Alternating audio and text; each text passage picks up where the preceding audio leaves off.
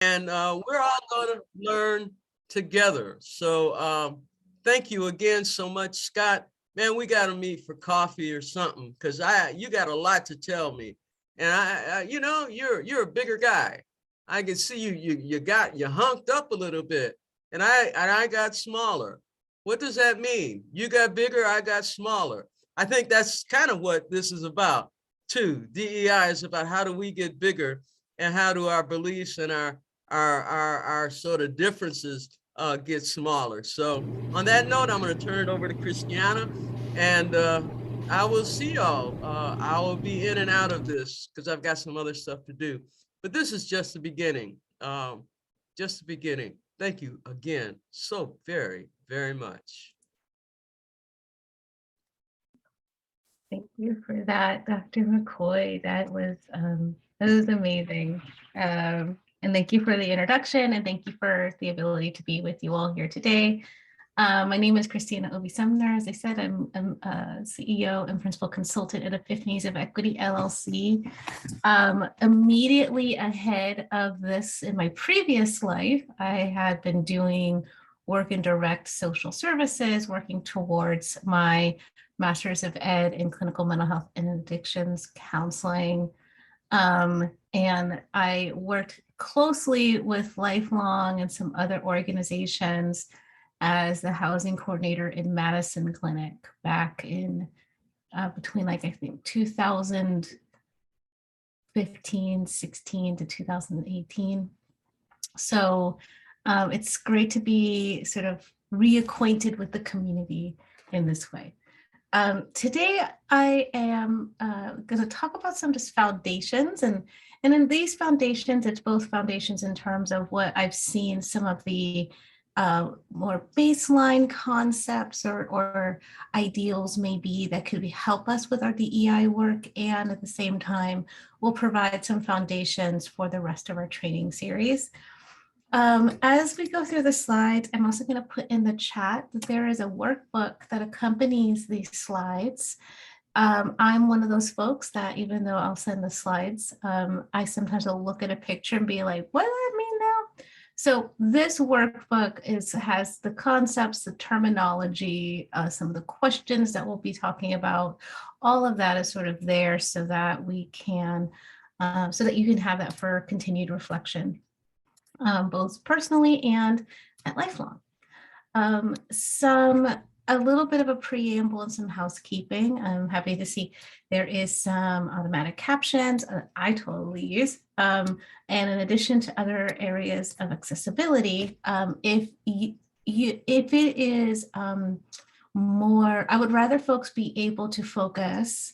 And so if it is, if it would help you to focus more on this material than your own face or Brady Bunch squares, it is totally cool with me if you turn off your video.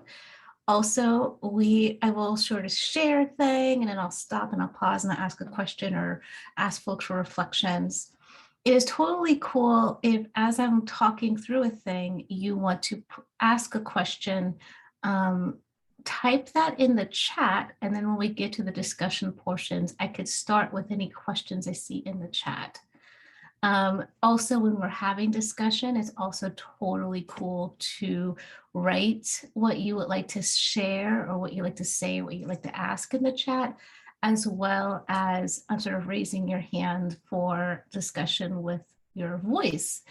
If you don't know where the raise hand button is, there is a reactions button at the bottom of your screen. And if you click on it, you'll see multiple reactions, but one of the long bars you'll see is raise hand. If you raise your hand, then I will see it. And then I can call on folks accordingly, and you will go back to that space again to lower your hand. I also want to share that we only have 2 hours. And so even though this is one part of a series and it's a foundations training, this is a very high level overview. The slide shows a picture of the stratosphere with the Earth and the moon, because that is as high of a level of overview that this will be. DEI, diversity, equity, and inclusion, and all of the various types of acronyms that surround that universe is a huge topic that is not new at all. There are some elements of it that we experience fresh because we live in a society that continually is changing and evolving, reinterpreting and metamorphosizing. And at the end of the day, there are some of these foundational pieces that we are seeing in terms of not just what diversity, equity, and inclusion is, but why lack of representation, exclusion and marginalization, and inequity persists. And a lot of that is going to be historical continuous context that even if I had some sort of superpower, I don't know if I could cover it all in 2 hours. So highest level overview. What I'm hoping to do in this first training is kind of feel maybe a little bit heavy. I want to talk about some frameworks and concepts, and then as we move forward in our training series, we could start to have more activities and more sort of like, well, this is what you do. There's definitely some of that happens in this training, but it's going to be more focused on who you are as an individual doing the thing, as opposed to what are the things themselves and what you would do in sort of a checklist or a roadmap sort of framework. So we'll only be talking about a very small, but hopefully important and practical portion of this work today. I also want to share that this is not going to be an exhaustive list. Again, just put it a different way, that there's many tributaries that feed into the stream of inequity and our social consciousness around it. So my hope is that when we're talking, please share any additional examples or stories to the extent to which you feel, to the extent to which you consent to sharing that level of vulnerability with us in the chat and in our discussions. And then finally, I want to sort of lay the framework for some of the things that might show up today. Some of you may, I noticed some of your names, so some of you may have been in trainings with me before, and so you may have heard this before, but a lot of the ways I approach DEI work is first starting from within the individual and then how that impact fractals out, to use a term from Adrienne Marie Brown. One of my favorite things that I can nerd out on all day is the ways that our brains and our neurology, from a neuropsychological perspective, really gets in the way of doing the things that we want to do. And we will talk a little bit about the brain today as well. But we do have these interesting parts of our brain that both work together and work separately. We have a part of our brain that thinks on an autopilot, that sort of uses what we've been socialized and conditioned to do in our emotional memory to move through our day. And there's a part of our brain that thinks about our thinking, actions, and behavior. A lot of times they work together, a lot of times they don't. Sometimes when we are hearing things that we might either still be grappling with, or it may not be what we originally learned about a topic, or in reflection, we might see that there's some areas of fallibility within ourselves in terms of doing this work. We go more into the autopilot, which is also where our fight, flight, and freeze responses are, instead of sort of thinking about the thinking. So my hope is that this particular training series and some of the concepts that we can sort of be mindful about the parts of us that are sort of meta thinking about, well, why do I think this way? Why do I act this way? Why do I behave this way? What is my impact in space? And also be aware of the ways that we might have some autopilot stuff come out. Is there anything coming up in your body? Is there any sort of wandering thoughts? Is there anything that might sort of be part of a reaction in addition to the meta thinking? And I hope that we can sort of find a synthesis of both of those things today. Okay, that's my preamble. I want to pause before we get started. Any questions, reflections, or any group agreements or norms that folks would like to share into the space before we get started?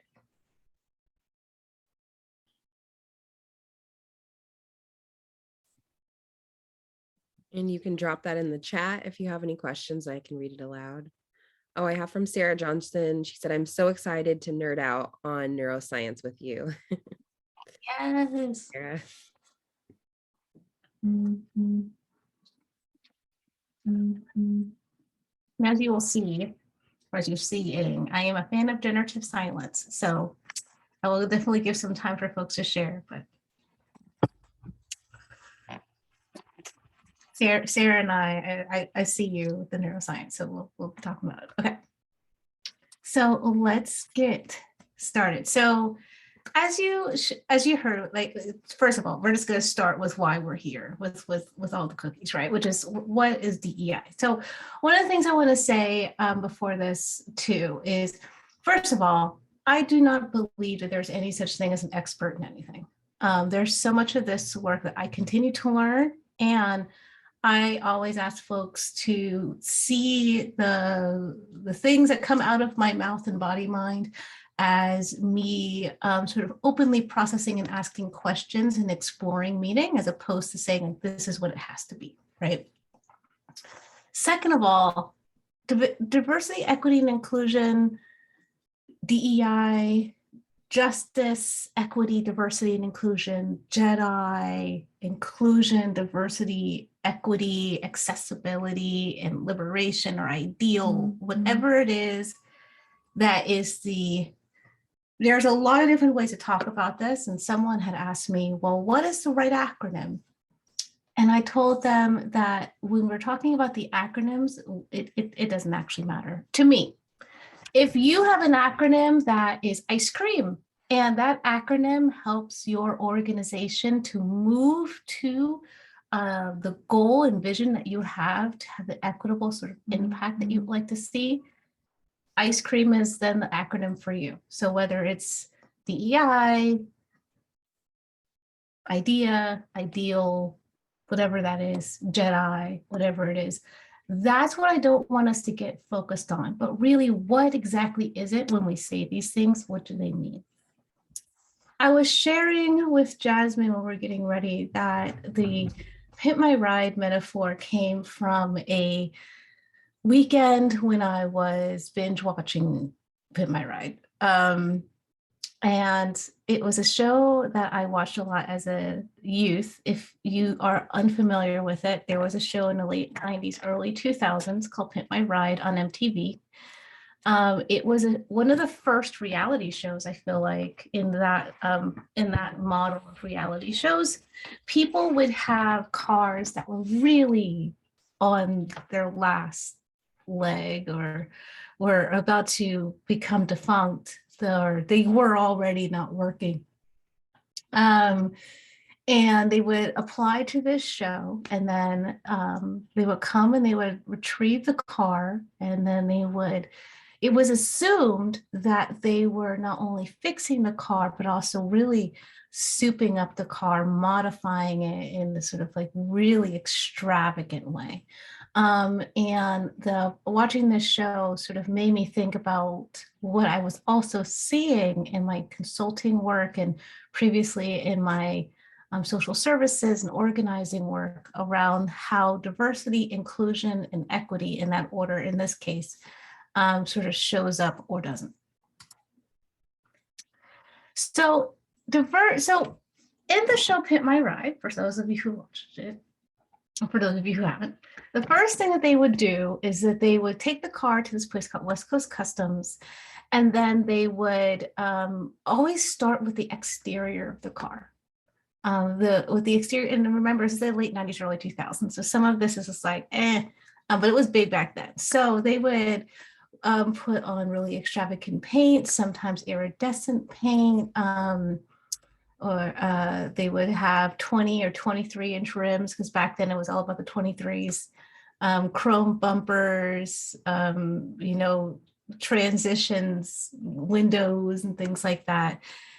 And when I think about why someone would, put that much work into the exterior of the car, I think about it as a desire to communicate something about that car when you're going down the street, or, as Ludacris says, you go 2 miles an hour so everybody sees you. So you create, that external space so that you can have folks looking like, oh, look at that fancy car. As a matter of fact, I used to live in Louisville, Kentucky.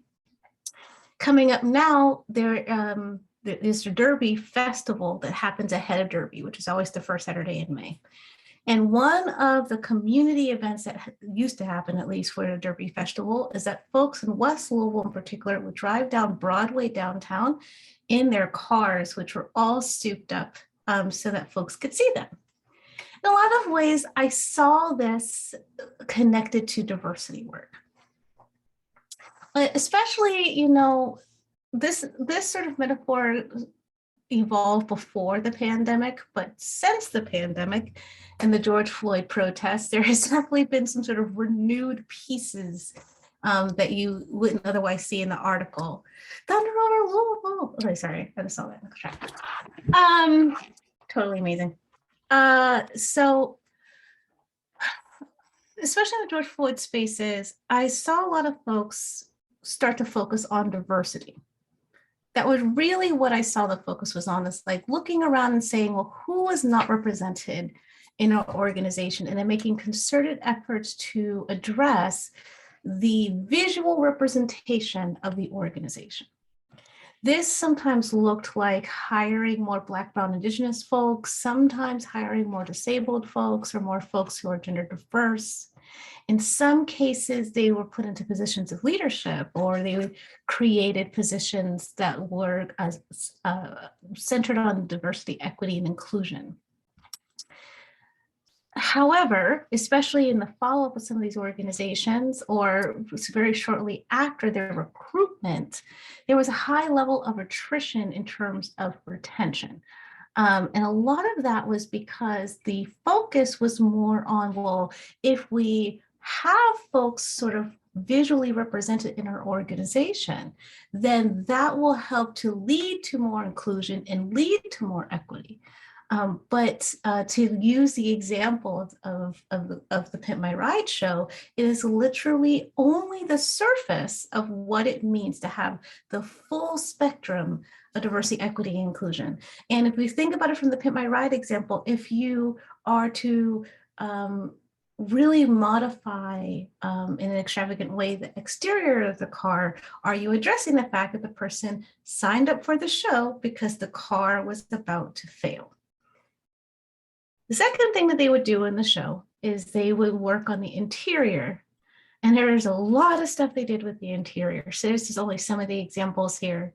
So TVs in the headrest, again, remember, Y2K. So now it's everywhere, didn't have it before, right? So TVs in the headrest, champagne cooler in the dashboard. What you see here is in the bottom left is a truck that has a billiard table in the bed of the truck. And what you're seeing on the right is that there was a hearse that the pull out that has what you put the casket on. They modified a casket to be a grilling station. So anywhere the hearse would go, you could have a cookout. So essentially, West Coast Customs would take this car, what they thought maybe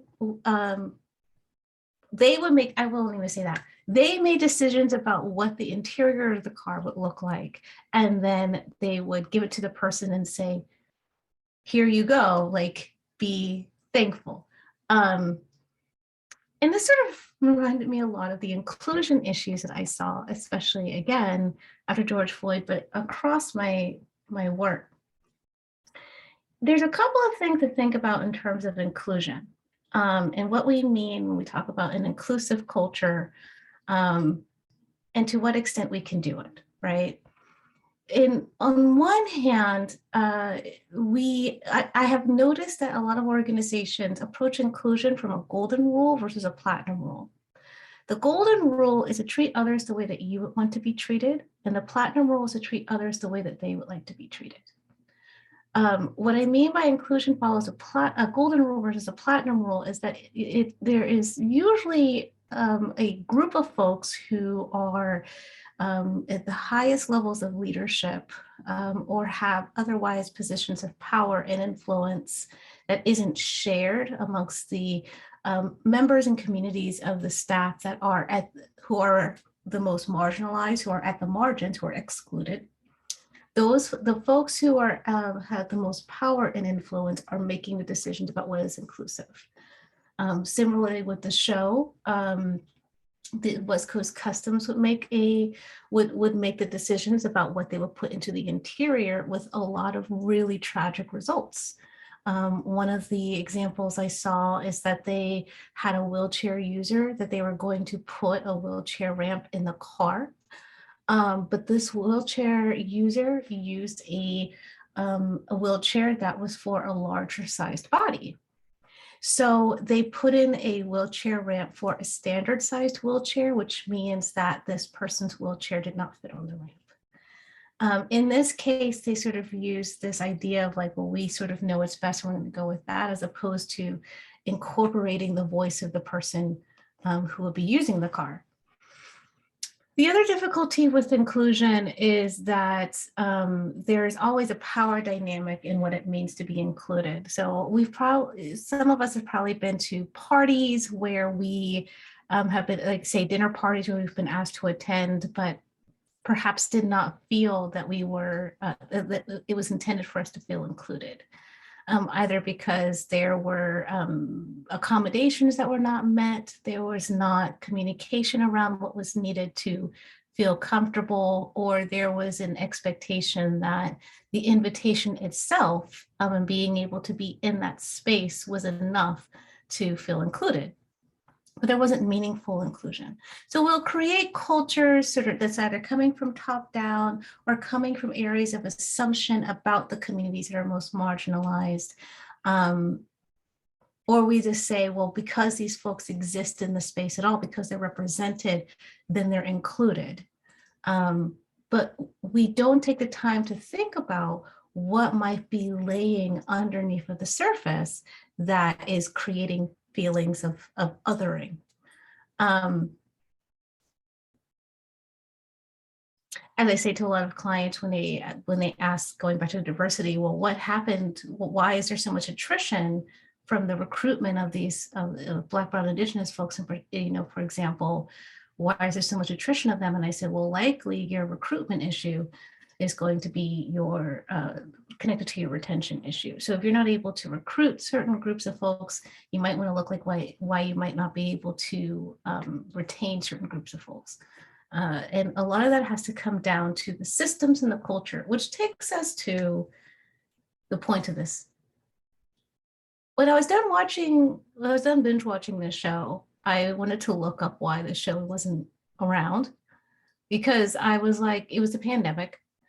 And I was like, this would be a great show for folks who are struggling. They can get their car fixed. It could be really nice. Like, why isn't this show around? Well, it's because they were actually fixing the cars.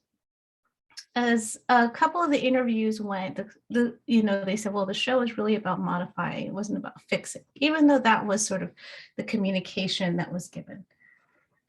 There was a lot of folks who sort of spoke up and out about the show after going on there. There was one person who not only had some of the modifications removed, but still had to pay $1,700 for a new engine after the show because he did not fix it.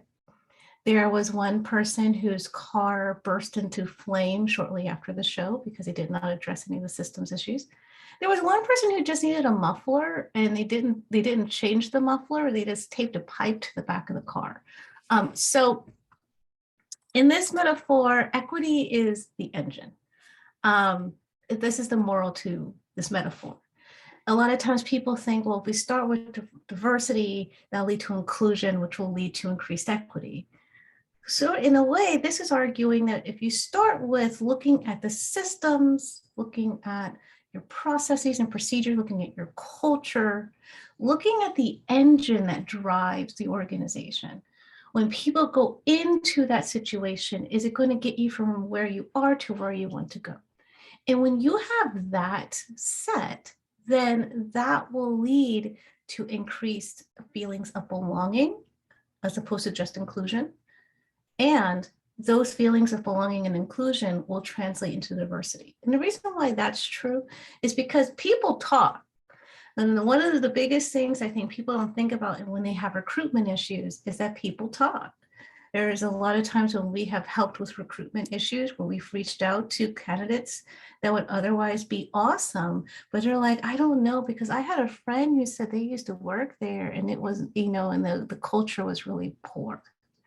So being able to show tangible material change, not just in terms of this is what we're going to do, but this is who we are. This is how we're changing our culture. And this is how we have the systems in place to lead to these outcomes is what's going to help address folks. It is really important to think about what it looks like in terms of your organization to lift up the hood and look under it. That's also why there's folks like me, the consultant who comes in. We're like the O'Reillys where we put the code scanner in the dash and then we create a plan of how to do your maintenance for your car. But it's really important to think about what that looks like and to do it regularly so that you can ensure that you can have a vehicle or an organization that is going to be functional as well as inclusive and diverse. I'm going to pause there. I have some more stories to sort of continue to break this down, but I want to pause there and see if there's any questions or reflections. And or as you think about this metaphor, what would you say some of the engine issues have been either in lifelong or in the industry at large? And you can go ahead and drop it in the chat or raise your hand and feel free to share with us. Thank you.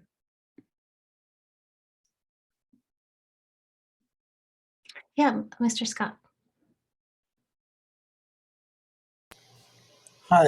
I was having a question in all of this that you've been speaking of, especially when you're talking about from the point of hiring and trying to achieve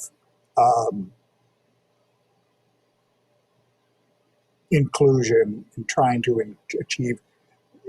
We do a lot with Lifelong. I do part of the intake process with teaching HIV 101 with new people. And one of the first things I ask any new hire is, have you already had the epidemiology around HIV? Because I'm really not interested in having to rehash something they've already had. And I don't want to necessarily have to get into the epidemiology with someone who's never going to be caught in a discussion with it, who isn't a case manager or something like that. But I do want them to learn about what Lifelong's attitude is about HIV and the various forms that it takes in how people live their lives these days and where it comes from, because I myself have lived with HIV for more than half my life now. So I can sort of fill them in with some of the history and where we've come to these days. But I also try to ask them about who they are and what HIV or what their work means to them. Now, one thing that I can't do, and I don't think I'm even allowed to do it, is to ask them to clue me in about where they are culturally. Sometimes people will come in who are Philippine or Latinx or what. But it's sort of like everybody's going to be new. You know, every new hire is going to feel a newness. To try to be welcoming is one thing, but that's not necessarily even going to help them feel included because they're unfamiliar with everybody and they're unfamiliar with everything. So until they're given the opportunity to express and set their own boundaries about their culture, how modern they are, meaning, and I hate using this term, but how American they are have become, if they're third generation or fourth generation, or how traditional they are in their values, if they're from Africa or if they're from Slovenia. You know, I just feel like it's the weight of inclusion is being put on the agency when it has to be kind of a halfway thing where a new employee needs to be willing to be open and reach out and say, these are my boundaries. This is who I am. It's almost like saying, these are my pronouns.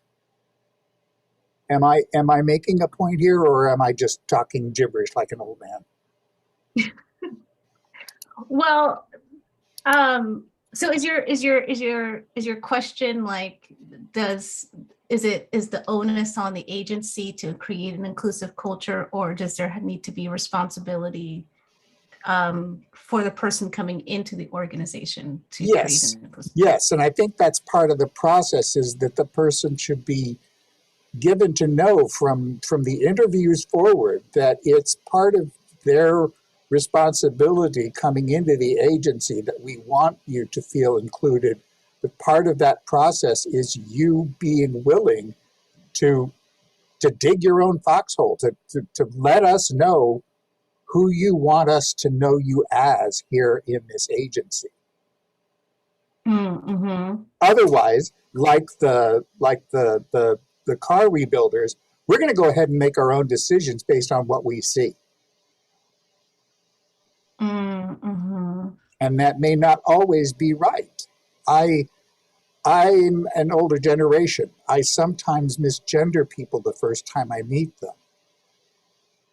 Sometimes they get very upset because I've made an assumption about their gender preference. Others who I feel are more mature will say, no, my gender pronouns are, and they will say it.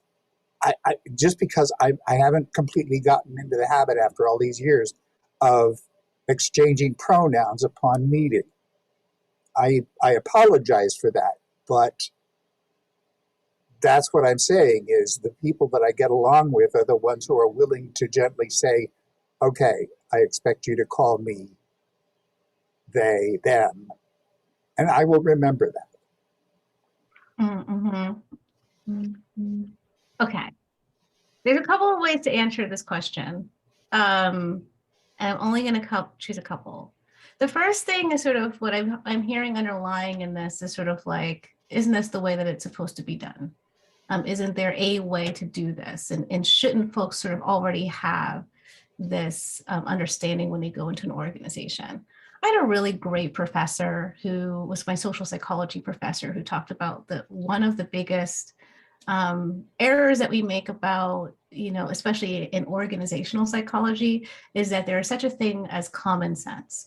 Common sense being this idea that there is sort of this universal understanding of the way we're supposed to do things, and that it is sort of something that we all have adopted. So especially when you're saying like, well, to what extent has someone become Americanized? It can be a little bit difficult to sort of assume that there is any one way, for example, to be American, or even to understand what it means to live with HIV from an American perspective, especially if they're coming from a background where they're living with HIV in a multicultural, multinational perspective, and how we can sort of have an intersectionality with that. So the first sort of way to explain this is that, as we know, not only are communities not monolithic, people absolutely are not monolithic.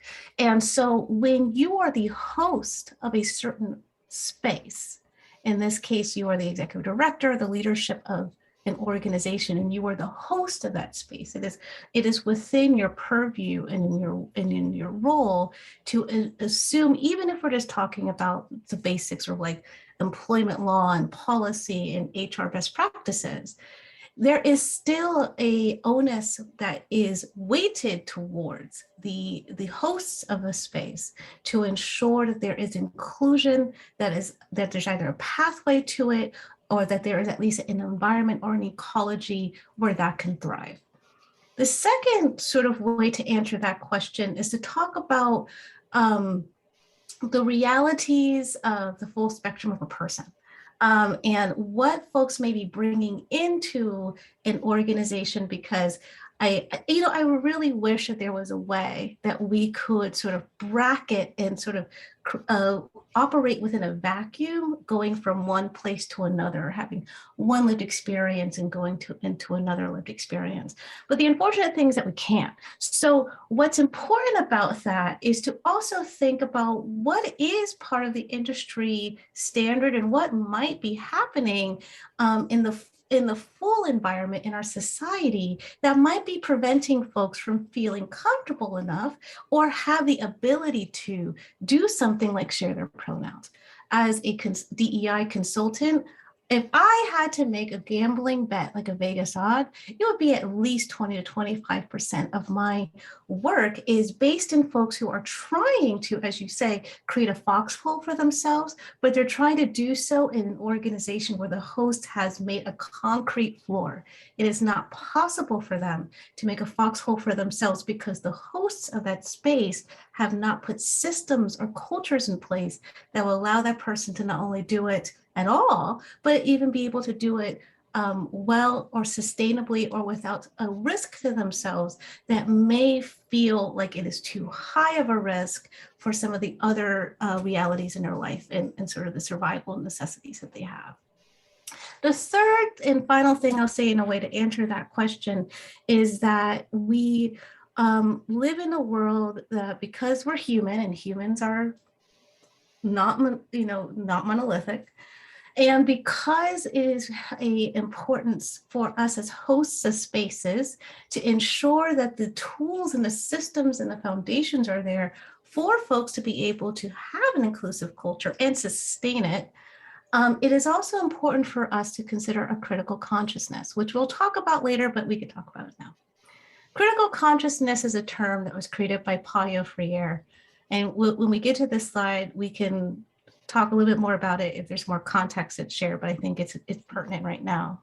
Paulo Freire created this term to talk about what the both and impact is of looking at systems and history and intersectionality and cultures and all these different sorts of things that make up the lived experience of humans humaning with other humans.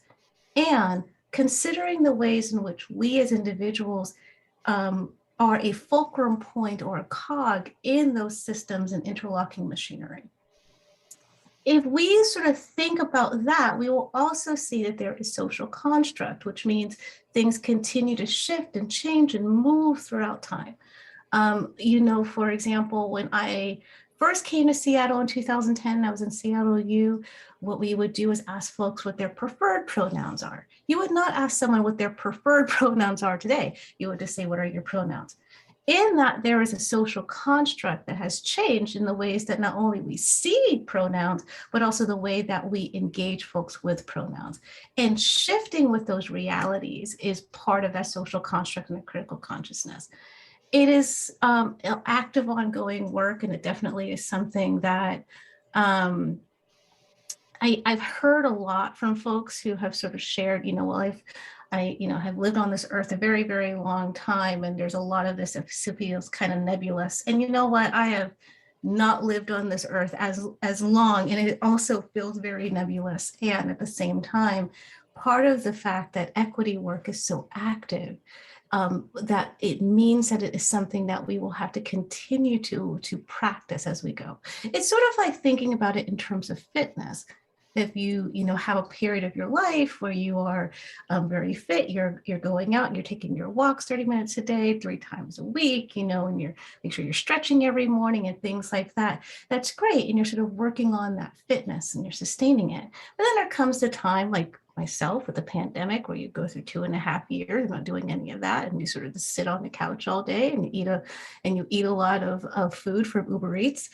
And then you go back to wanting to do your walk and you don't even make it through 15 minutes because you have not maintained and sustained that fitness. And there are different sort of opportunities now. I've moved from North 145th and Aurora to Greenwood. So now there's other opportunities and also different culture in what it means.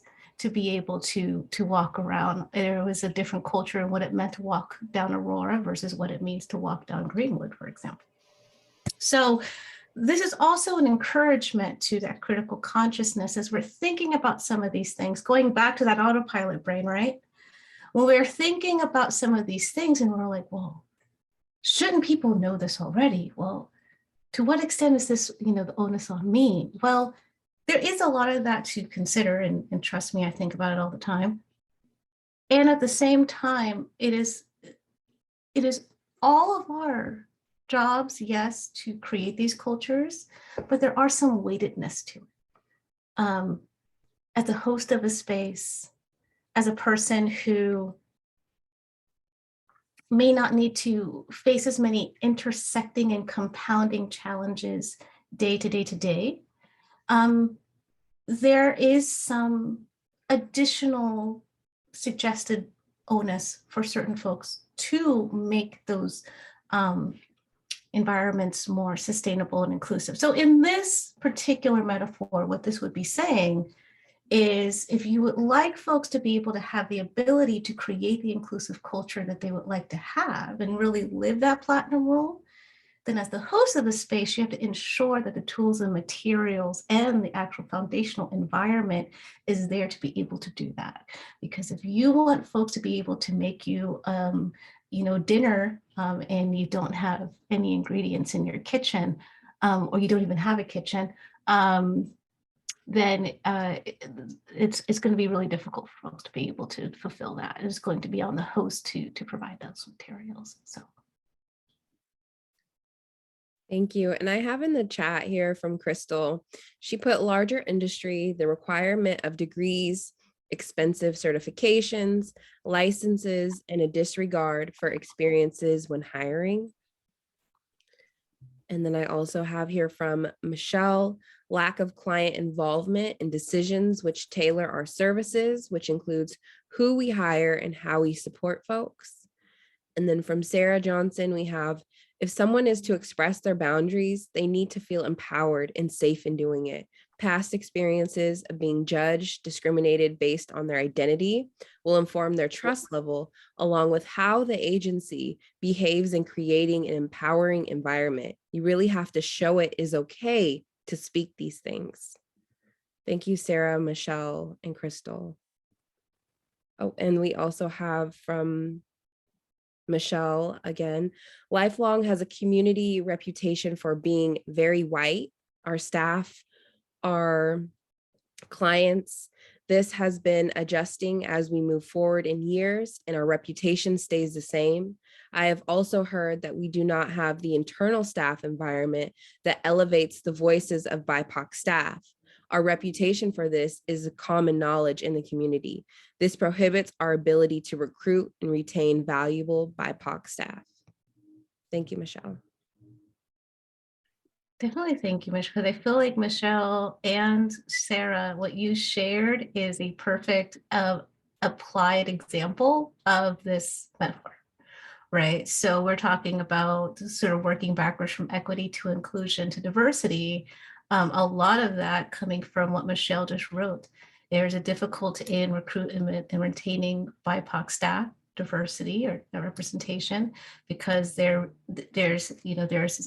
hearing that there is internal staff environment that does not allow for the elevation of voices of BIPOC, which is going to that reputation I talked about, people sharing their stories, and that's because of the inclusive culture. And then, so some of the equity that would have to be dealt with, some of the engine work is what is going on within Lifelong that is leading to these outcomes. What are the results of this, which we'll talk a little bit about, like how to reason backward in our next in our sort of our next area of conversation.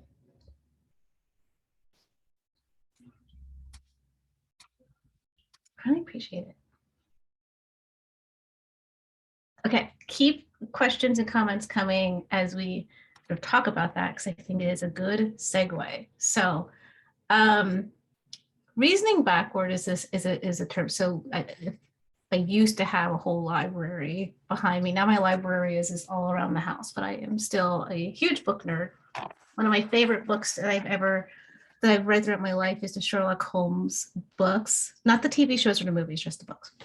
So in Sherlock Holmes, in the first book, Study in Scarlet, when Watson moves in with Sherlock and starts to accompany him, Watson asks Sherlock how he's able to solve mysteries. And what he said was a really interesting quote that I sort of saw applications with in terms of how we can start to think about some of the not just obvious, but also shadow areas that might be barriers or bottlenecks to our equity work. Sherlock says, quote, most people, if you describe a train of events to them, will tell you what the result would be. They can put those events together in their minds and argue from them that something will come to pass. There are few people, however, who, if you told them a result, would be able to evolve from their own inner consciousness what the steps were which led up to that result. This power is what I mean when I talk of reasoning backward. In a lot of ways, we were just talking about this, right? We could say, well, we're doing this and this and this and this thing. So this should happen at the end, right? But what Sherlock is arguing is that if we look at the results and then we sort of say, how did we get here? Then that could help to provide richer data that can help us to actually address not just the present issue, but the ways and the pathways by which those issues are seeping in to create those results. If we think about it and the equity work that we're doing, we're living in a world of continuous historical and systemic results. In a lot of ways, there is results of our attempted actions, and there are results from inaction. I come from a family that has been part of racial equity work in a lot of different sort of ways and forms since the mid-20th century. My grandma and her siblings, I remember, would tell me stories of how they became involved in part of the civil rights movement as it was showing up in Philadelphia and Baltimore, how my grandma became a member of the Black Panthers in Camden, New Jersey, how my Uncle Wayne went down to California to help with the protests of the Rodney King riots, and so on and so forth. And at the same time, we're still fighting for the same things. It was really interesting for me to hear it with the George Floyd protests, some of the protest calls that I feel like I remembered cousins of mine saying back during the Trayvon Martin days, the Amadou Diallo days, like I said, the Rodney King days, the Black Panther days. And so there are some of these results that perhaps because we're saying, well, this and this and this and this happened, so perhaps this will happen. But we're not saying, well, why does this continue to happen? So the picture you see here is a Rube Goldberg machine. And a Rube Goldberg machine is essentially a series of events that lead to an ultimate result. But each of those events also have a result. And sometimes if you've ever tried to make one, it takes a lot of engineering skill, but it also means that if there is something that's broken down in the middle, we can say, well, you know, as you see here, well, the ball is supposed to go down the funnel and it's supposed to hit the button, and that button's supposed to make the kites move, and then the kites are supposed to turn the wheel, and that's supposed to make the car, you know, hit the ball at the bottom and make the dominoes fall. And it's supposed to happen, but if there's, say, one of those dominoes are off, or the car is misaligned, or the kites are not put in a way that's actually going to pick up the breeze, then actually it's not going to happen, and you're only going to notice that for reasoning backward. Let me tell you an actual example that I poached from my husband because he said I can use it. So he used to work at a camp called Camp Ahovis. And he was a ranger, and one of his jobs was to make sure that the camp was ready for any of their guests. One day, he went to go take a water sample, and it came back that the water sample was full of bacteria and was not able to be used. Now, there were people coming in, and he always shares the story that he had a couple of different sort of like groups within his collective, within his staff. There was some of the folks who were like, it doesn't matter why the test is bad. What matters is that we have these people coming and we need water. And so we need to maybe get a Crystal Springs delivery. We maybe need to figure out how we're going to boil the water? How are we going to make sure people can take showers? And we'll, that's big stuff. We have to worry about this present issue, which is true. It's this, there is, all of these things are true, right? And that's sort of the result of this negative test. Some people are like, well, they're trying to say like, well, this is a really old camp and we haven't done a lot of maintenance. So maybe it's the pipes. This happened, so it must be this. Well, we have a lot of kids who like to swim in that lake over there. And I know some of our water comes from the lake and kids like to poop in the lake. So maybe this is because kids pooped in the lake and maybe the test will come back, come back positive after it washes away. This happened, so maybe this will happen, right? There was one person on his team who asked Matt, well, don't we have this huge water tower? Has anyone checked it? And Matt was like, with all the stuff happening, that's the last thing we're going to probably do is the water tower. But this person was like, well, if we have this negative water test, and we don't know if it's the plumbing and we don't know if it's the lake and we haven't really checked the water tower, maybe we should do so. So he had climbed the water tower and he found a couple things. The first thing that he found was that there was a filter on the top of the water tower that was completely rusted out. And the second thing that he found is that the water tower was full of dead birds. Because he was able to reason backward and he went up this water tower, they were able to discover this, dredge the water tower, fix the filtration system or the filter that was on top of it, and be able to start to have positive water tests after that. That was the one, that was one of those times when this person took a risk because they were asked explicitly actually not to climb the water tower.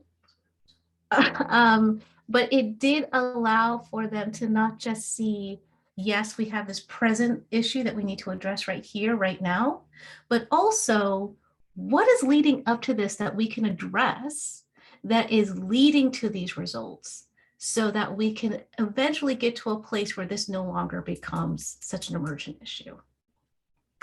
So I'll pause there. I want to see if, first of all, always questions or reflections in general, but if you were to reason backward, whether it's within Lifelong or within the industry or within the advocacy work that you're doing, if you were to reason backward, what would be some of those dead birds in the water tower that you think is flowing down and creating outcomes or results that are leading to inequities?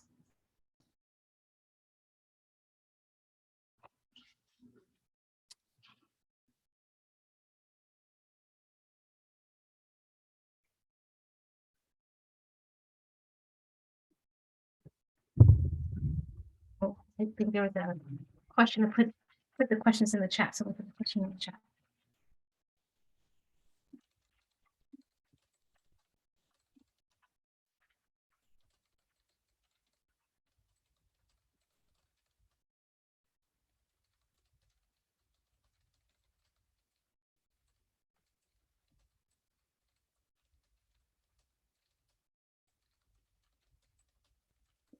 You can feel free to drop it in the chat or raise your hand and let us know. Thank you.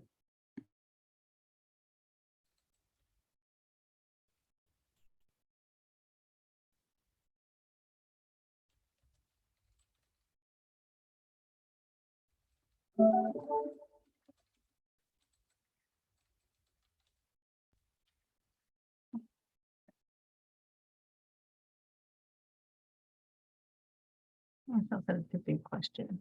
It is. I only have big questions. Oh, yeah. Looks like we have from Scott. I think some people are suspicious of the irony of companies who say they are looking for diversity, inclusion. And then from Edward, he put repetition. Oh, that repetition is a dead bird.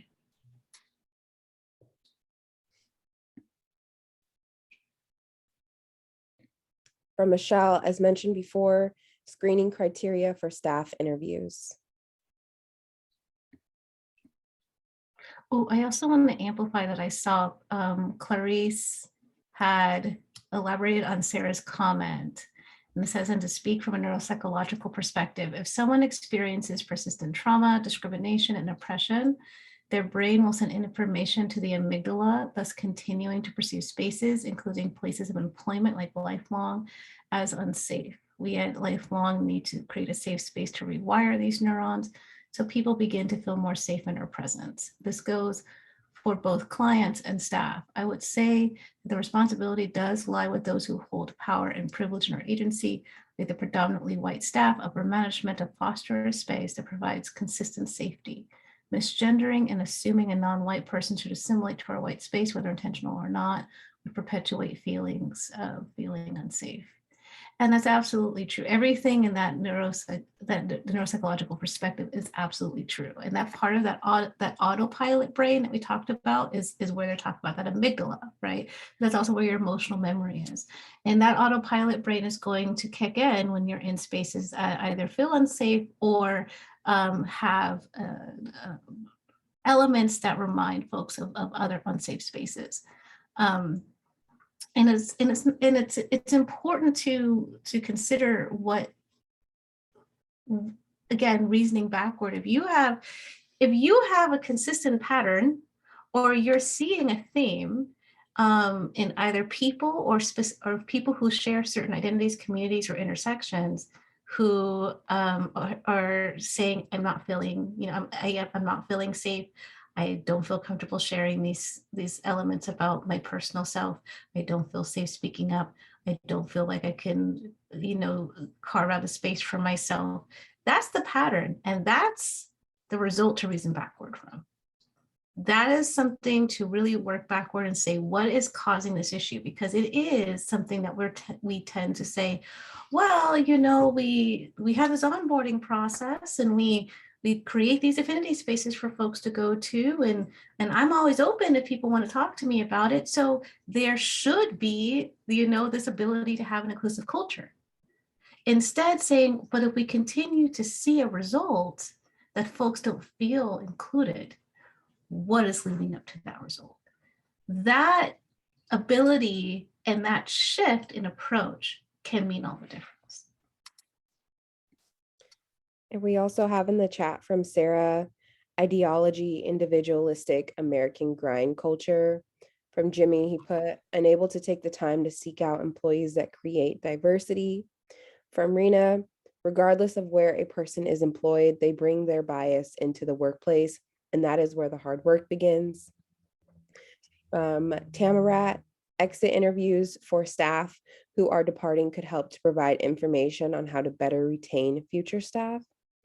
And from Michelle, a long history of homophobia in BIPOC communities have limited partnerships with HIV agencies. Outreach for prevention and care is very difficult in spaces that really don't want to talk about HIV, LGBTQIA+ in their communities, because HIV is seen as a gay virus historically. These connections has been especially difficult. Arth knows this very well. And then from Ramatu, let me know if I said that correctly. It could go way back to even the history of when the disease was first diagnosed, the notion of it's a disease of gay white men. Thank you all for sharing that in the chat. I know our next session is on intersectionality. I'm looking at the time and I'm realizing we're probably not going to get through all of these slides. Some of these slides might be in our intersectionality slide. But I definitely think that this particular point is being made in the comments right now about the lack of inclusion, awareness, affirmation. All of that is sort of based on sort of that intersectionality. And there is a lot of exclusion and inequity at the intersections that are coming from inside the house, so to speak. So it is a both and impact of both being excluded by folks with power and privilege, and being within communities that, because the way that they understand and approach certain lived experiences within the community. There is also having to deal with that too. So we will talk about that next time. Please continue to put comments and questions in the chat as we move forward. I'm going to share this last slide, and then we're going to take a quick break, bio break, because it is a natural bio break place. Okay, so really quick. This is the critical consciousness slide, so we can get through this pretty quick because we talked a little bit about critical consciousness already. But to sort of add some more context, in order to be able to understand what's happening under the hood and be able to reason backwards, that critical consciousness is important. So to sort of reiterate, because it was sort of in a long answer, the term critical consciousness comes from Paulo Freire in his book, The Pedagogy of the Oppressed. And it is the process of becoming more aware of the multiple and interlocking systems we move through every day, how they impact people and bring about inequity, and then reflecting on how we individually may protect, perpetuate, or be unaware of our participation in the system. One of my favorite phrases that goes along with this is, while we're trying to save the world, what are the ways that we need to save the world from ourselves? I think it's also important to talk about, when we're talking about the unconscious brain and the autopilot brain, one of the things I don't think that people get when we hear the word unconscious bias is that it's unconscious. It's not a conscious, explicit, planned out thing. I'm not here to say there's anyone here that's woke up and is like, I'm going to get my coffee, I'm going to go for my run, I'm going to screw over this community today. That's not what's happening, at least for the most part. And even if we are in this process of, yes, I believe in this and I'm in solidarity, we are all products of our environment. And if we know there is systemic, historical, cultural, socialization and conditioning around the way things are supposed to be or the way things have always been, and a tendency to have barriers in place to really change these systems, because the system is working as it's intended. The system isn't broken. The system is working as it's intended. You know, this is an argument within DEI. I am of the team of the system is working as intended, as opposed to it's broken. So if we're thinking about it from that perspective, then really what we need to think about is how we can fractal that impact out. What is it that we might be doing that is flowing up and flowing down? So this is also a way of reasoning backward as well, depending on these four stages of social change, which is lovingly borrowed from Just Lead. But these are definitely not all of the stages, but they are some of the good ones to start with, and thinking about how things might be flowing up or down. The individual is what we're talking about here with critical consciousness. You know, you start to see how we are, you know, sort of a part of the system. Then you go to interpersonal, so how we interact with other folks as we're trying to navigate the system. There's institutional, which in a lot of ways is the system itself, the legal system, the educational system, public, you know, the public schools, you know.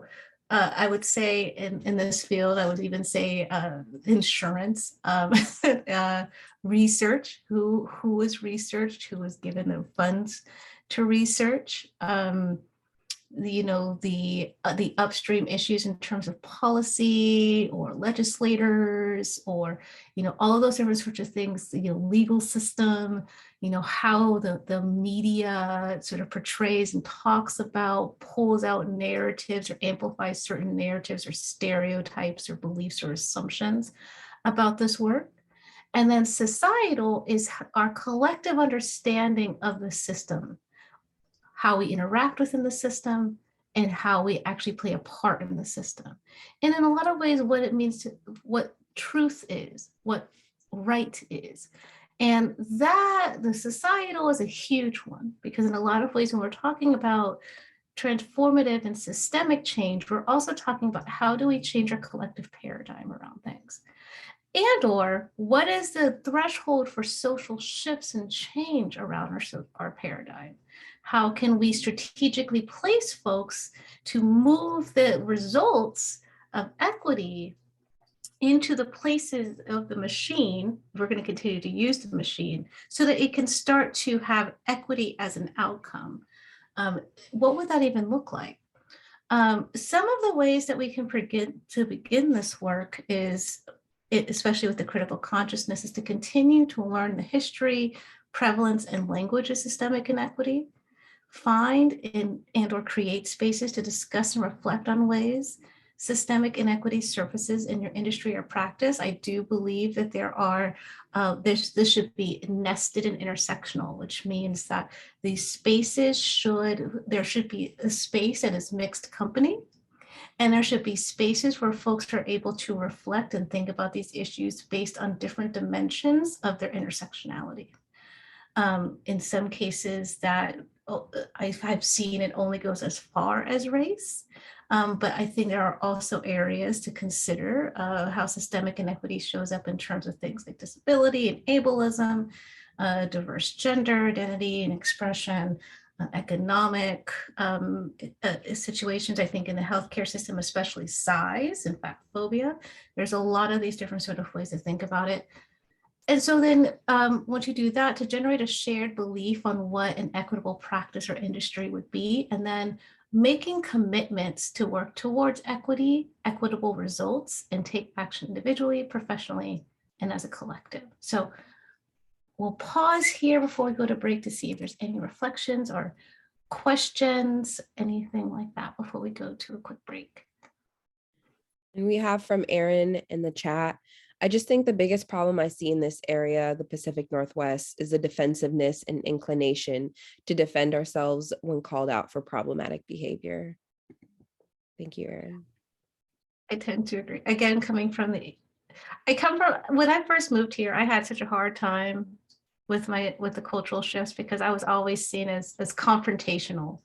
And seen as confrontational in a way that, immediately preceding living in Kentucky or Philadelphia, I was not seen, right? I do think there is something, I've tried to figure out what it is. I had a mentor use the term generative conflict is what the issue is, which I think that's what it is. Because I think that there is a fear of conflict to the point that even generative conflict is seen as something to defend against, if not even in some cases seen as abusive, to enter into generative conflict, and sort of this idea around pacifism of just sort of like this let it slide or hold a grudge. But whenever there's trying to be accountability, it is a thing. I just want to underscore that. I do think if I had to say, if I could create something that would allow folks to start to enter into generative conflict as a consultant, I think that I would be able to solve a good number of cases right away. So, yeah. Any other reflections or questions about critical consciousness or anything we talked about in this first half-ish?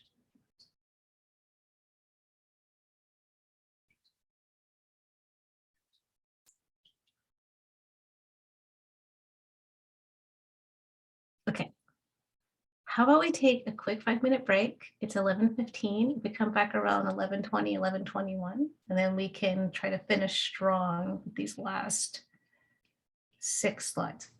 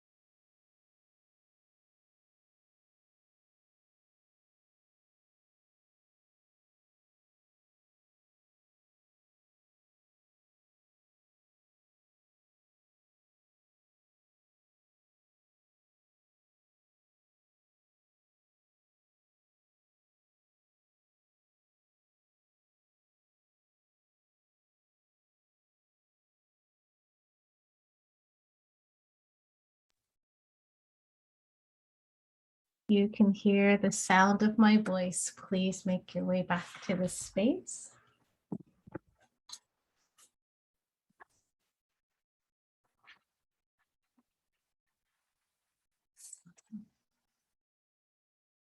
I wanted to give folks just a little time just in case, so sometimes this happens, that in our 5-minute break, there was any thing that came up, any reflections, any questions, anything like that.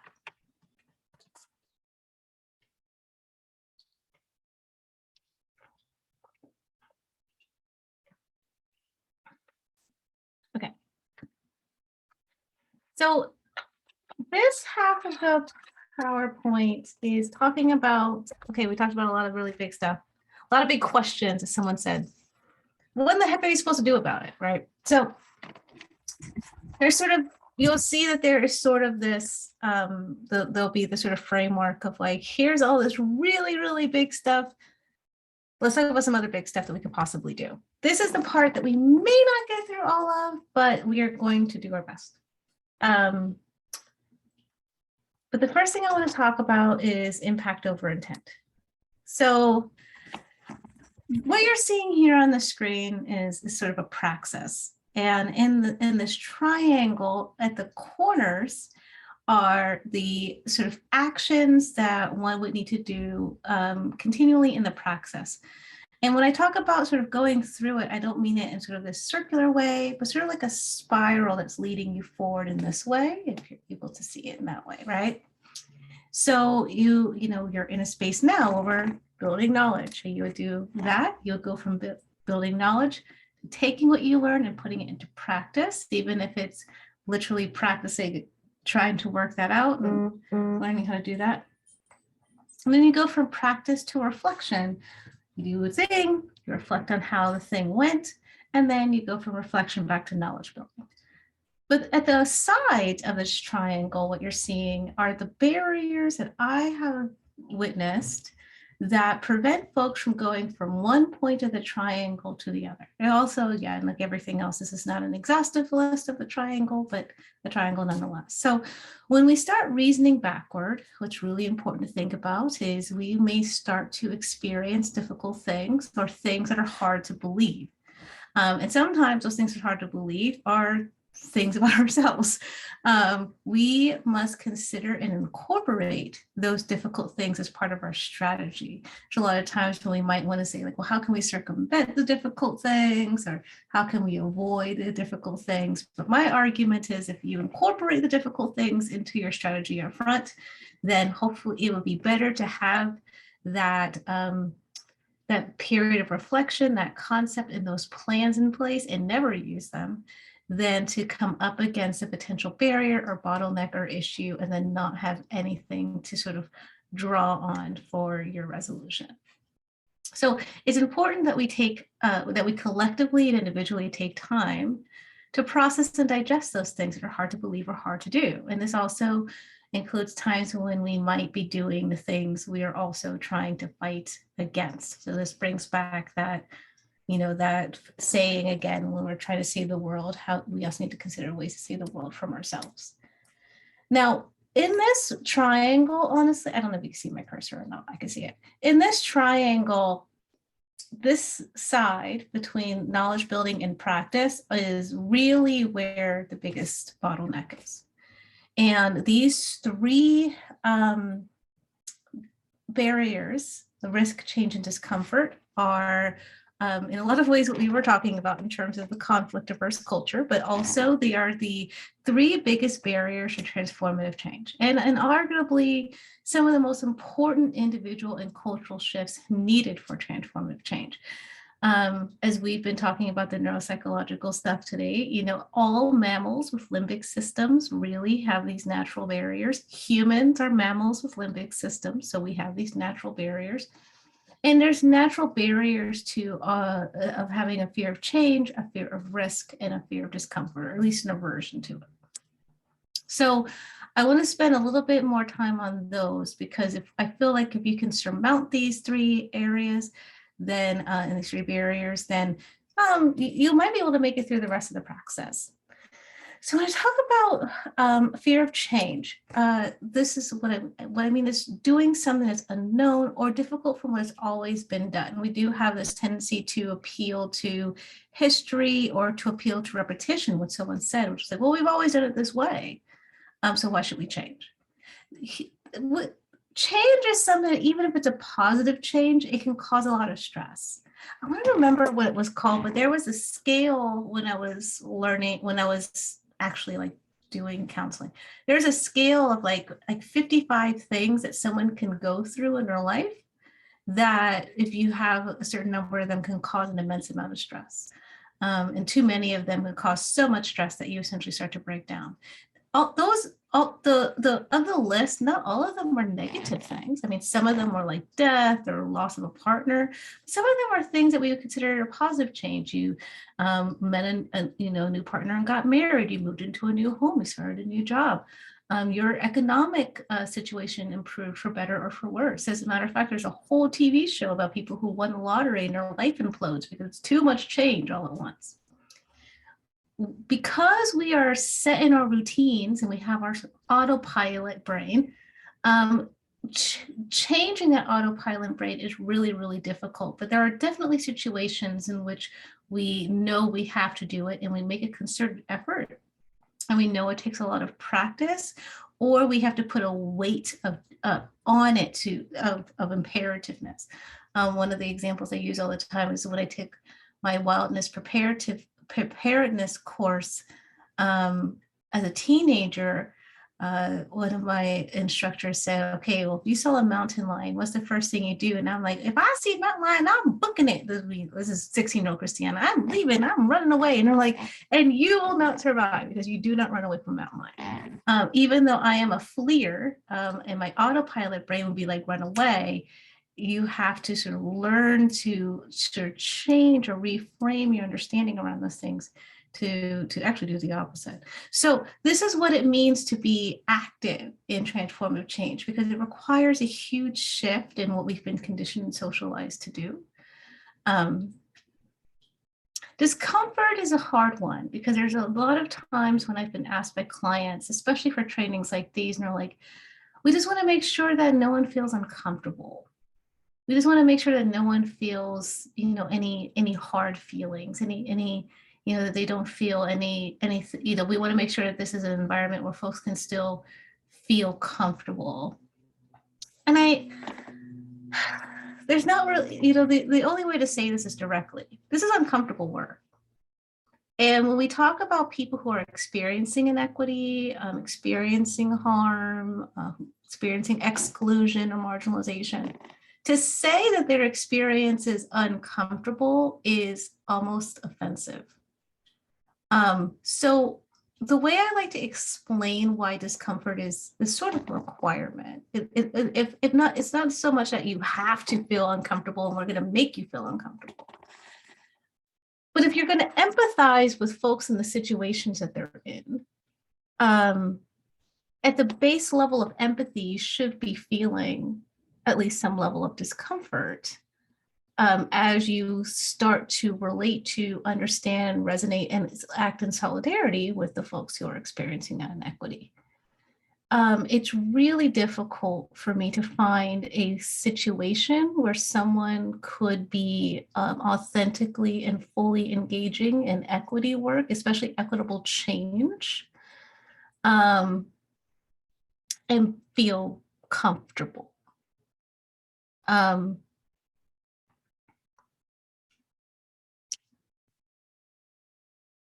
And depending on your intersectionality and your lived experiences, this work may be more uncomfortable, uncomfortable in quotes, and could lead to some really deep and sensitive feelings. So to say that you authentically want to bring about equitable and transformative change, you will have to be uncomfortable, because those who are experiencing disparities and inequities are constantly, systemically, intergenerationally, historically uncomfortable. So to empathize with the most impacted folks would mean it to an absolute minimum, you would feel that too. And then risk. Risk is kind of required with equity work, because what we also want to understand is that if we know that our systems aren't equitable. When I got my master's of public administration, this was actually my thesis topic, which is if we know that our systems are inequitable, and we know that our policies are inequitable, and then we know our practices are inequitable, there's some elements, a lot of elements in our culture that's inequitable, there's elements of our history that's inequitable. What exactly is it going to take to make sure that equity is an outcome? And that will mean that we're going to have to consider things we either may not have done before at all, or combinations of actions, behaviors, and shifts that we have not tried. And that's going to take a risk, because remember, I'm of the team that the system is working as it's designed. So, if you think about like the Matrix, and you're coming in and you're trying to, pull the kill switch of the machine, it's going to protect itself. And sometimes when we come up with innovative, transformative approaches to equity, there is a risk to yourself or to your organization or to your team that in the way that you move and impact community may become a factor. It could be, as you're speaking up, it has a focused attention, a spectrum of attention on you or your organization as you're starting to put things in place, or you're starting to talk about certain issues in a certain way, or you're innovating new practices that are not shared by other folks in your organization or your industry or your community. There is a risk to innovating interventions and practicing equity in a proactive way, because in order to bring about equity in a way that we don't currently see, we will need to operate outside of the bounds of what we're currently doing. That means operating outside of the bounds of your current industry and your community, especially if they are not open to, willing, or in the process of adopting or practicing transformative equity interventions and actions. There also, I've seen folks lose funding streams because certain funders or donors are adverse to equity work. That is becoming more of a situation in recent days, that you can be disinvited from spaces, task force, associations, because you are trying to move equity work in a way that's innovative or transformative. All of these different sorts of these risk assessments need to be considered within your strategies ahead of time. Acknowledge that they are real, and that there are multiple possible pathways that you may be able to address those conflicts and barriers to reach your equity goals. It's also important for a couple of asterisks to this. When I talk about privilege, the way that I operationalize privilege is that there are certain dimensions and identities within your intersectionality and lived experiences that do not require you to worry and plan how you're going to make it from point A to point B in your day because of it. If you do not have to, say, worry about your race causing a barrier from you making it from point A to point B, your gender identity, your expression, your disability, your size, your economic status, that is a privilege. I think the best way I've heard risk assessment and who should have a more weighted risk, the best way I heard it explained was actually from a youth when I was giving a training at a middle school. And I was asking folks to map out their intersectionality in a worksheet. And there was a group of youth who were all, so it was also a private school, so there was a lot of economic privilege. So it was a group of white girls, and they shared that, in terms of their gender identity and expression, that they would experience some marginalization in that way. But the way that one of them explained it was like, but when I look at the rest of my intersectionality, there are all these other things that I don't have to worry about each day, which must mean I have more energy that I could then give to folks who do have to worry about those every day. And that has always been a synthesis that has stuck with me. I think that was all the way back in 2008 when I was at that middle school. So when we talk about risk, it is important to think about the ways in which certain folks have lived experiences that are unavoidable because of the systems, the inequitable systems that we have, where they're already in a state of risk just by moving through the day. And if there is additional energy that you have, that where you don't have to worry about navigating through certain elements of the system that are designed to create barriers, consider solidarity work looking like giving some of that energy to help be in solidarity with those folks. The second asterisk to this too,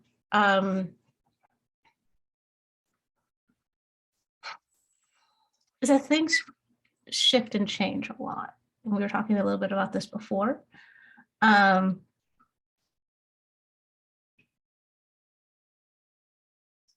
it's also not, it's also not monolithic. So when people make strategic plans, I always say that it's important to start with a change management plan.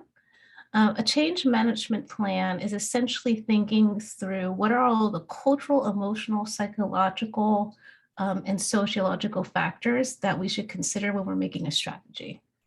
So a lot of times folks will sit down and make a strategic plan. They'll say, well, this is our SMARTY goal we're going to hit.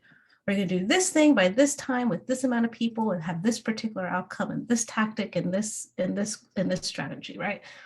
And that can work out. And that it's going back to when we were talking about sort of the Pimp My Ride example, and it was the golden rule, because it is creating a strategy with one pathway, or at least one expressed pathway of how you're going to get there. But because we know that everyone is in different areas of their journey, different levels of understanding, different lived experiences and intersectionalities, and in a lot of ways too, different areas of bandwidth, it is important to consider what multiple pathways would look like towards shared equity goals.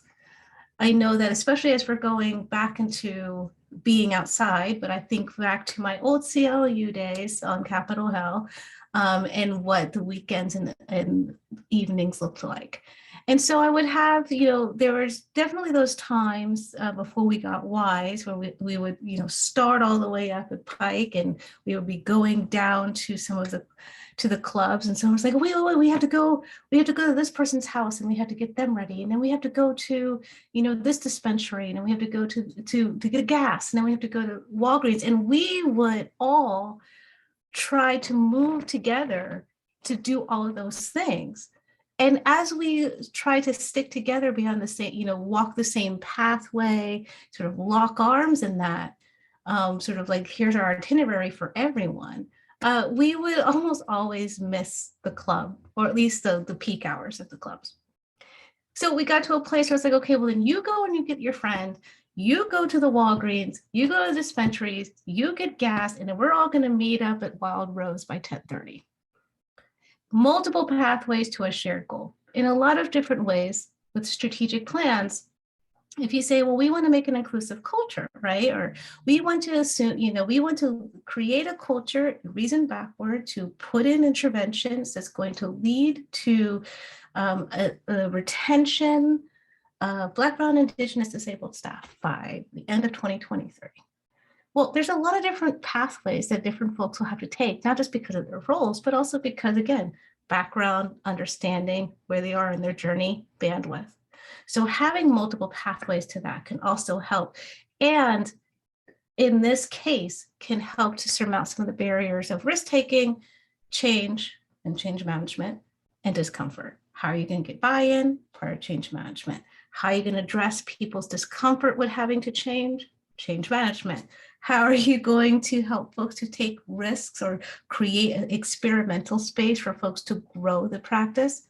Also part of change management and creating multiple pathways to that. So I put a lot of energy into that side because, again, that side, as you're hearing, is one that folks usually don't make it past that one side. So if you can make it from knowledge building to practice, you actually already did 75% of the triangle. We're going to talk about the rest of it.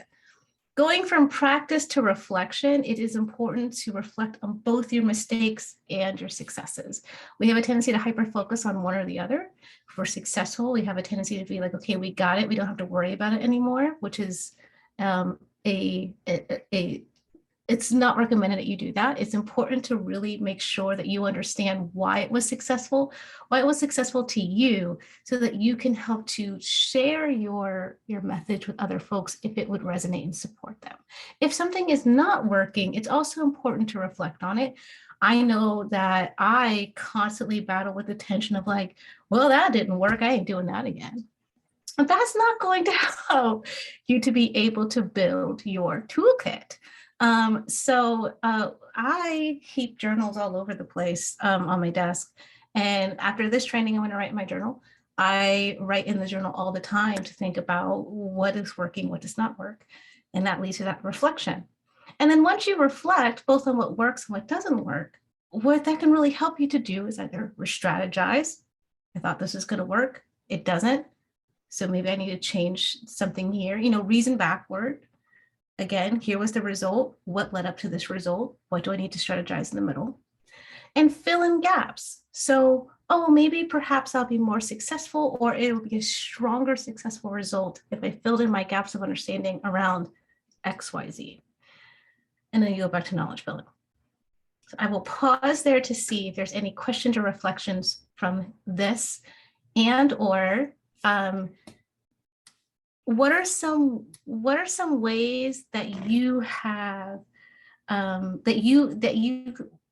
there's two questions actually, you could choose one. Have you experienced any of these barriers in your equity journey, and have you learned any lessons from that you would like to share?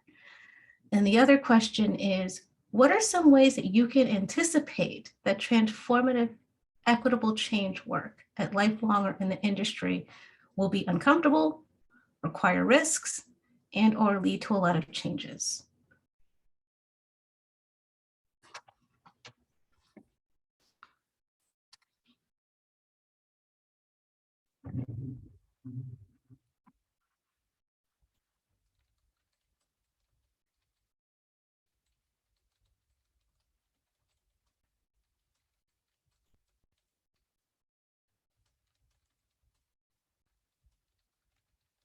I'm running the question to the chat. Oh, thank you. You have it. Okay. Thank you, Jeff.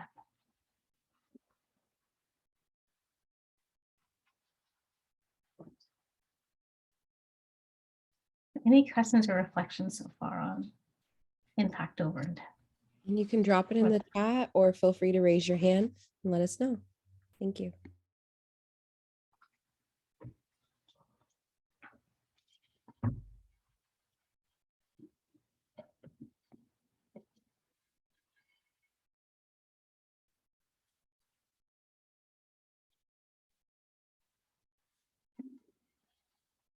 Now we have like 15 minutes left, so I know sometimes folks are just like,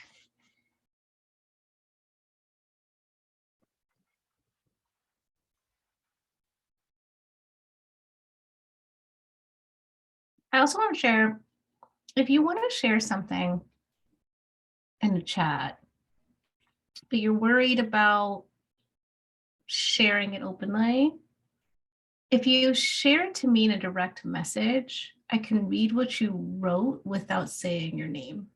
So if that is helpful, that is also an option. Paul, I see your... Paul, yeah. Yeah, thanks for that piece of the presentation. That was really good. One thing that comes to mind, especially when you were talking about risk, is something that I've heard a lot over these several DEI sessions that we've had as a group, is some of my white colleagues are very, and I appreciate their honesty, express some nervousness in engaging in this topic, talking about it, and I think that's understandable. And I think that what I'm reminded of is, in the same way that there's a lot of life quotes saying, when you fall you get back up, and that type of rhetoric, I think that applies here too. It's just that not just specific to Lifelong, but I think whether it's white guilt or just societal structures and norms, if someone is trying to take the risk and, you know, go outside their comfort zone, engage in conversations that they may not feel that confident in, but is putting themselves out there and taking that risk, and falters and maybe says something that's, you know, deemed racist by others, or, you know, that falter is okay, right? You know, in the same way when we talk about life, people have shortcomings. It's okay as long as that person's wanting to change, learn, listen, get better, practice. At the same time, I think for others, you know, especially among people of color, you know, I think that, well, I'll say for myself, I know that I sometimes get tired of, you know, if I happen to be, you know, the only person of color in the room, to have to feel this pressure to like correct someone or speak on behalf of all POC, and that can get tiring. But at the same time, it's, as an organization, if we want to move forward and support each other, I think for myself, I view as it, you know, part of my responsibility to be willing to have patience and, you know, be supportive, try not to be antagonistic, assuming that, you know, whoever may falter is trying to learn and putting themselves out there, taking that risk.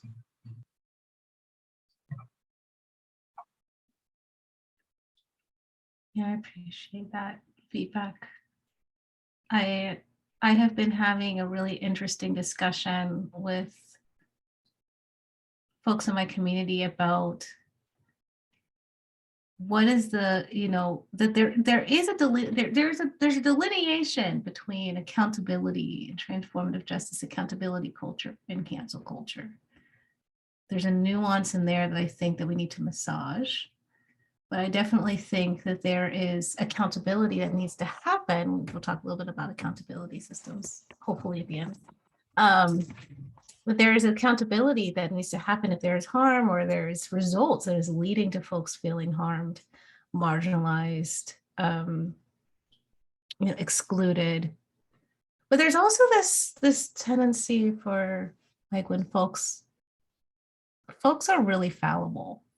Humans are just fallible, and there's a level of perfectionism that I think is expected in some spaces, that if you fail, then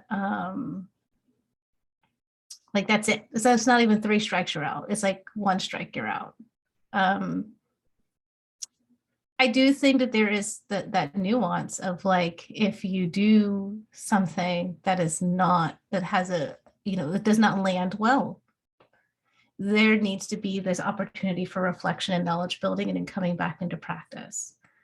And it does require that person to be willing to hear it and be willing to make those changes, to be willing to sit in the discomfort of receiving constructive feedback or going into generative conflict, to be able to change what they're doing and how they approach a situation. And a lot of the risk in that situation, in this example, would be a risk to ego, a risk to the way that you understand yourself, and yourself, you know, when your conscious mind is thinking back of, like, this is my ethics and this is my values, but then this something is coming off of my body mind that I don't agree with. There is a risk to actually accepting that and sitting with yourself with that. So I do appreciate that. Someone shared, as Paul just said, having been the first or only one, I had to ensure that I did not make any mistakes or cause other people of color not to get a chance. And I think it's really hard too. One of my clients was like, how come we hired these folks, these DEI, you know, director of DEI or something like that with the George Floyd protest. Well, we thought they were going to make the DEI happen. What happened? Why didn't they make it happen? Because, again, the hosts of that space did not provide the opportunity for risk taking, for change to happen, and to feel the discomfort that perhaps there might have been ways that they have been perpetuating the very systems that they are explicitly saying that they're wanting to dismantle. And that's really, you know, I had a public administration client. I'll just say that. I won't say which municipality, but I had a public administration client that was like, well, we do all of this stuff. We have these things in place. We have these policies in place. It's supposed to bring about equity. And yet our demographer data continue to show disparities. Why? What is it? Is it the systems? Is it institutions? What is it? I'm like, it's y'all. They're like, what do you mean it's us? We're doing all of this stuff. I'm like, but y'all are the municipality. Y'all are the hosts of what is leading to some of these data and statistics. Yeah, there's other intersectional systems, but there's certain pieces of that where there is something happening within their power, control, and onus that was actually causing disparities to widen. So that was part of it. So we talked about what it meant to bring parity to areas of disparity, and that could be very difficult for folks to hold because there's a discomfort and a risk, and acknowledging that perhaps you might be doing the thing you don't want, you're trying to fight against. I want to share a message I received. She said, they said all of this, every time I lean in and learn, especially in front of others, I'm taking risks. Every time I share a moment when I messed up and learn from it, others learn, not only from my experience, but also that it's okay to be learning, to not be perfect. I can role model this for others, not just as a manager, but also as a person who identifies with being white. I screw up all the time and I keep leaning in to figure it out because at the end of the day, I want to do and be better. I also many times feel awful that other staff who are BIPOC have to listen to my crap while I am learning. So then I feel like hiding. We have been chatting about this behind the scenes today. And what you said about sitting with something about ourselves is the things we do not like. Yes.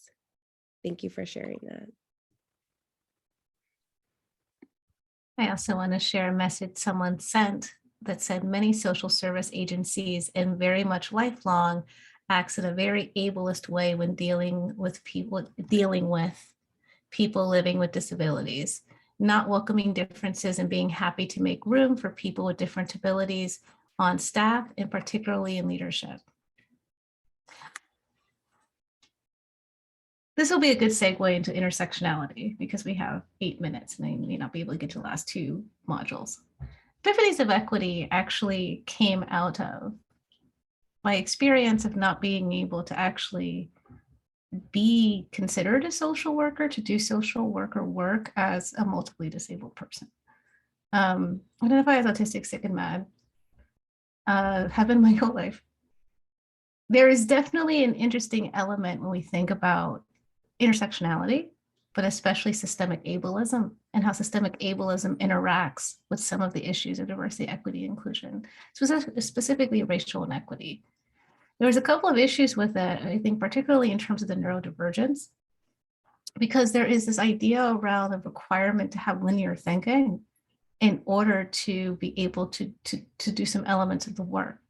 But as we know, not only is life not linear, and especially the lives of our clients in a lot of cases that I've worked with, because I've worked from Harborview to DESC and Compass Housing Alliance and Full Life Care, a lot of times folks are not going to have a linear life, linear experiences. The bureaucracies and systems that we have to navigate to get resources for our clients are certainly not linear, very convoluted. And sometimes it does take multivariate and multi-step approaches to help get our clients to where they would like to go.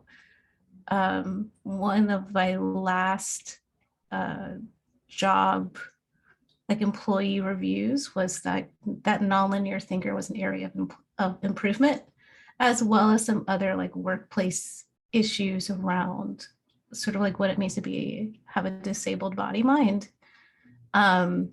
The reason why Epiphanies of Equity got started actually is because we were unionized, as many places are. And When I went to my union, they had a really great anti-racism analysis. They had an okay disability rights analysis, not disability justice, but they did not have an intersectional awareness around racialized ableism, which was explicitly what I was experiencing. I tried to explain to them, well, I have 3 experiences to talk about. There is an experience of racism and anti-Blackness that I'm experiencing, and I do share that with other Black, brown, indigenous people. There's an experience of ableism that I'm experiencing and Satanism, and I share that with other disabled folks. And then there's this 3rd experience that is compounded of being Black and disabled, and also non-binary, queer. For most of my life, I was a person of large size, and I think that plays a big part in all these different sorts of things. So I do think it is,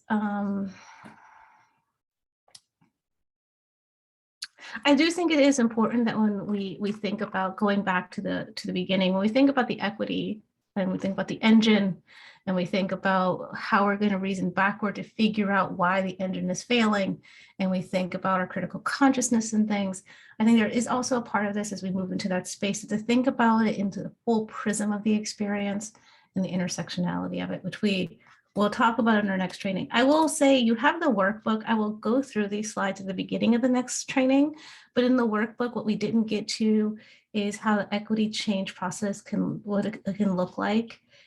This schematic is in the workbook too, so I encourage you to read through that, and we can, again, and we'll talk about it at the next training, as well as the community accountability process and the 7 R's of community accountability and how you can take accountability if and when you do tend to perpetuate harm. So again, I will go over these next few slides in our next training, but this is also detailed in the workbook if you want to review it on your own. But I do want to have our last few minutes sort of in this synthesis, because I think it's always important, and you'll see this question at the end of every training. Oh yeah, I can email the workbook, and I will also repost it in the chat, but I will also email the workbook too. And there'll be a different workbook for each training too. So for this is Head, Heart, and Launch. So based on the discussions today, either in the chat or with voice, just shout it out. What is one takeaway you will have for the following, or one or each or all? So Head is something that you would like to continue learning about or studying. Heart is what is something that touched you deeply, made you self-reflect, or resonated with you that you will continue to process.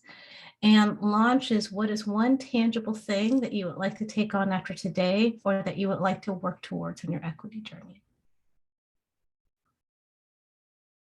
And also I'll note that these questions are in the survey that I put in the chat. And it's also the survey that Warren sent out this morning. So you should have that link, and it's also in the chat.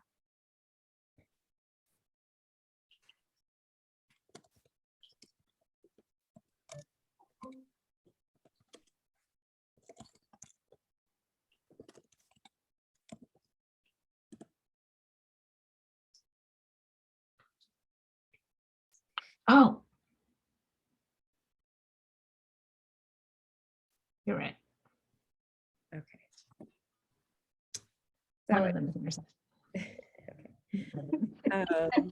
yeah, so thank you all for joining us today. It's been great. And ChrisTiana, thank you so much for dropping all these gems to us and leading the session today. This has been wonderful. Our next meeting is going to be May 25th from 10 a.m. to 12 p.m. And that's going to be on critical race theory and racial equity.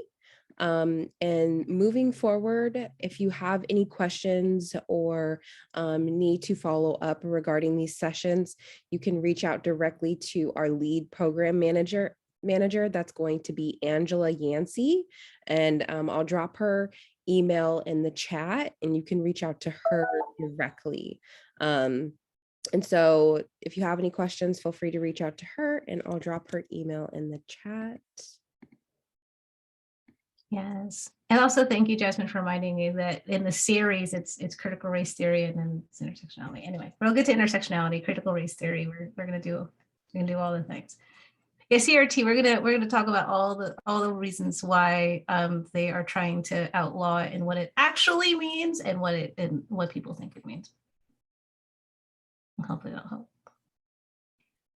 All right. Well, thank you all for joining us today. I hope you have a lovely rest of your day and a great week ahead of you. And we'll see you back in May. So next session is going to be again, May 25th from 10 a.m. to 12 p.m. And ChrisTiana is going to be discussing the critical race theory and racial equity. Thank you. Thank you all.